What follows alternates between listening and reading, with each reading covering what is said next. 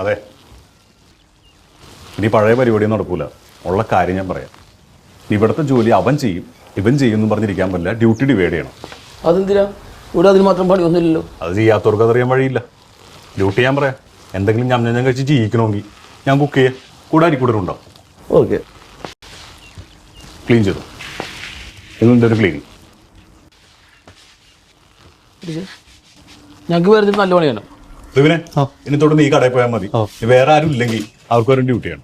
ഞാൻ വിട്ടോട്ടെ, പള്ളിയാണ്. നിൽക്കുന്നത് നീയും സോമനും പാത്രം കഴിക്കും. പാത്രം ആ ഞാനോ? കഴിക്കും. ഓക്കെ. എന്താ നോക്കേ, ഞാൻ കടയിൽ പോക്കോളാം.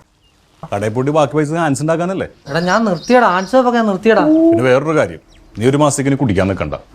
നിരൂപേ, നീ എന്റെ തന്തയൊന്നും അല്ലല്ലോ. മുകേഷ് ഹാൻഡ്സ് വെക്കാൻ പറ്റത്തില്ല, വെള്ളം കുച്ചാൻ പറ്റത്തില്ല, ഷഡ് ഇടാവോ, അത് അതിന്റെ ആയോ ബാനാന്ന്. നീ ഓവറായോണ്ടാണ് ഞാൻ പറയണത്. കഴിഞ്ഞാണോ നിനക്കൊരു വാണിംഗ് ഞാൻ തന്നാണ്. നീ അത് തെറ്റിച്ച നിന്നെ പൊതപ്പിക്കും ഞാൻ.